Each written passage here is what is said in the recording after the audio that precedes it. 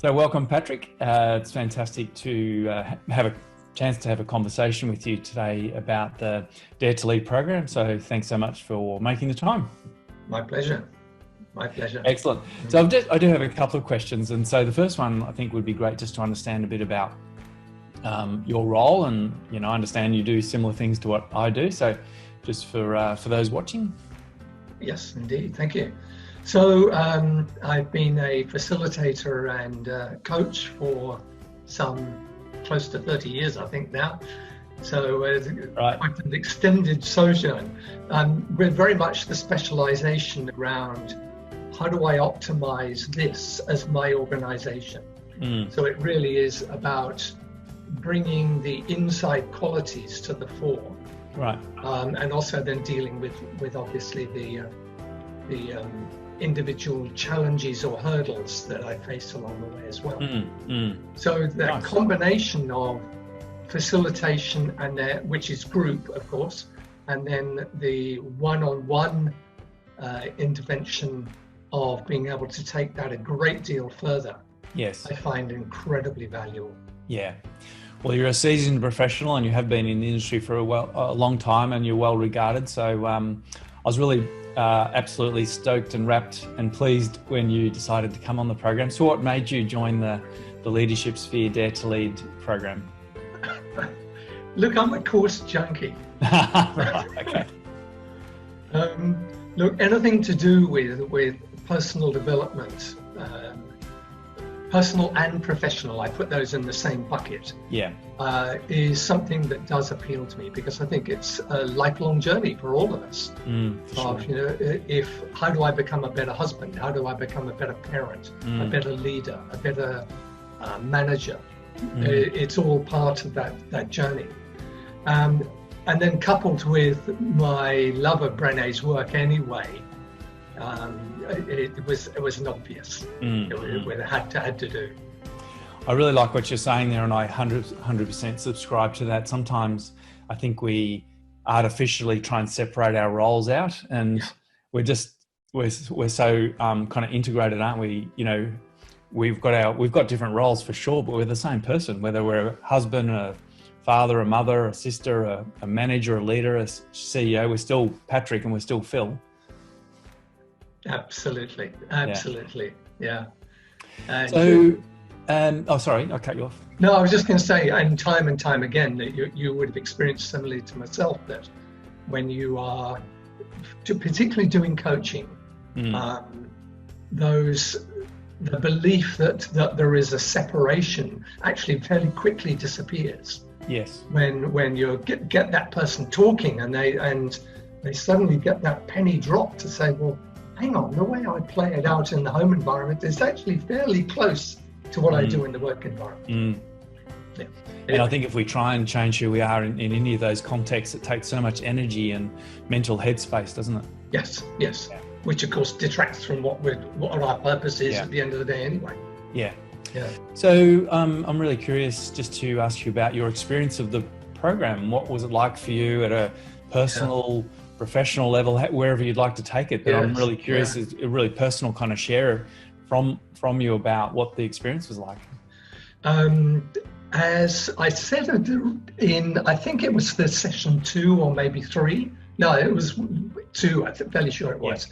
That I felt, yes, some of the content I had experienced before. However, because it was presented in a different way, and obviously I was in a different space anyway. Yes. Then I don't care how many times you repeat that experience. The actual experience will landing within you in a different way. Yes, I agree. So that was really enjoyable. What I really did like was right up front start to set an intention for myself. What was my call to action, if you like, call to courage? And I started out with an organizational one, which was really to deal more effectively with very senior leaders in organizations. Right. Okay. Because I think I've always had that trait of being a bit of an imposter, like so many of us, I guess. Indeed. That, you know, I'm here and they are somewhere up here. Yeah. But very quickly, it turned out that my whole experience during the balance of the journey was one of looking at my home relationships. Right.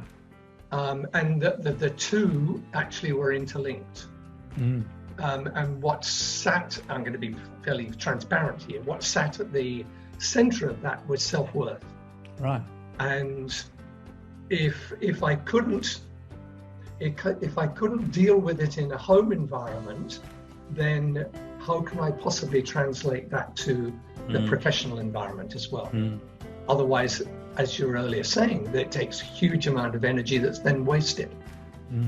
So very quickly it became, you know, really digging the dirt around the home relationship. So not that I don't have a very positive, loving experience, but I knew there were some issues there that had to be dealt with. So that was the... So thank you so much for sharing, you know, at a really personal level. And I don't, so the next question is not about asking you to go into the kind of personal dirt, to use your term, but I guess more the outcomes or the benefits of that kind of process for you. What's that been like for you? So the first thing was actually just getting the clarity, right, as to where that lack of self-worth came from, where I wanted to move in the future. Because obviously I can't move ahead in a straight line and a clear intended line if I didn't know my starting point. No. So that was the major benefit.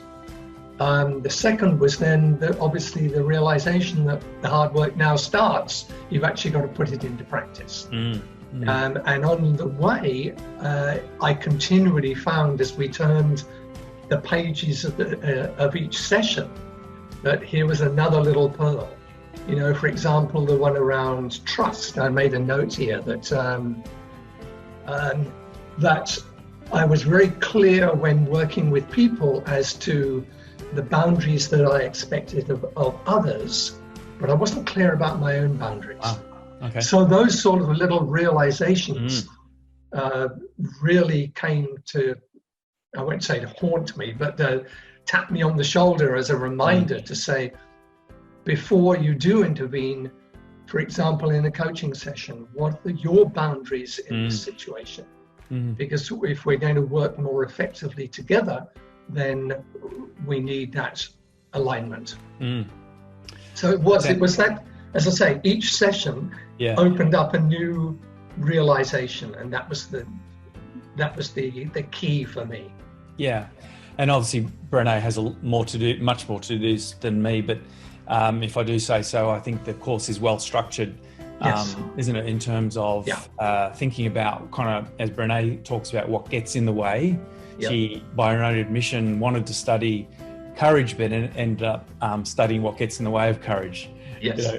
Wanted to study brave leadership, but ended up studying what gets in the way of that. And so the first part of the course is about looking at all the things that get in the way, and then the second half is about starting to build the skills around those, such as braving trust and living into our values, and learning to rise, which is about resilience. Yes.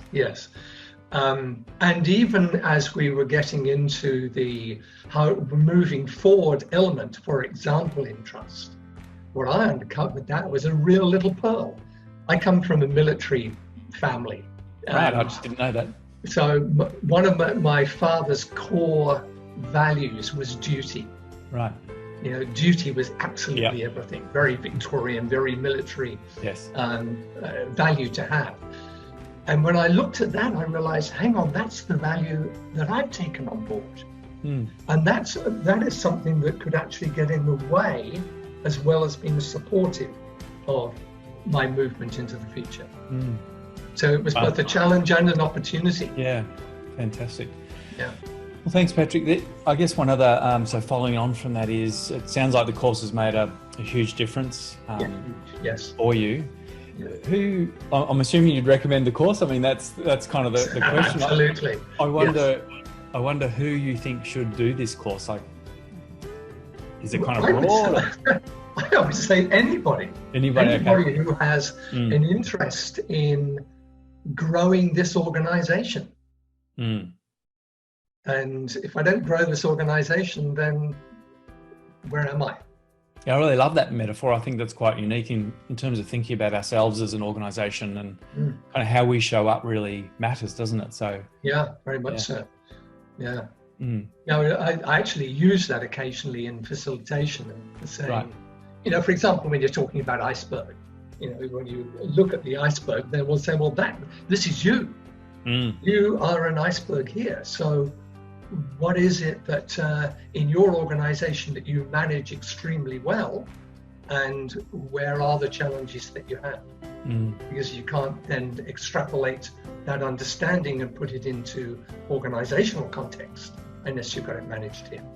And if I link that back to what you've been saying, it sounds like the Dare to Lead program really helps you examine the stuff below the waterline that we don't necessarily even see as ourselves, right? Those kind of blind spots for us.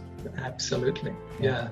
So many of those elements that, however many, and this is going back to my earlier point of being a course room junkie, in that every time you go down there, you find something unique, even if it's just a minor sidestep from the core issue.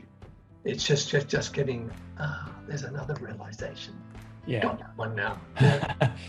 One of the things, perhaps one of the final questions, the hard work that you've done and many others on the course did requires a degree of safety in the group. So I'd really be curious as to understand from you how safe did you feel, and how was that created? I mean, because that's really important for people potentially listening and making a decision as to whether they want to come on this program. The risk is it might sound really scary, but what was your experience around safety in the group? I think the safety was there for a number of reasons.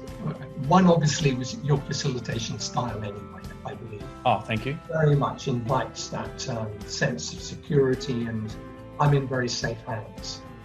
But the second was, I'm fairly sure it was the way in which the program was laid out. So even in that first session, whilst obviously there's inevitably a degree of discomfort when you go into new environment. For sure. I found that very, very quickly that dissipated.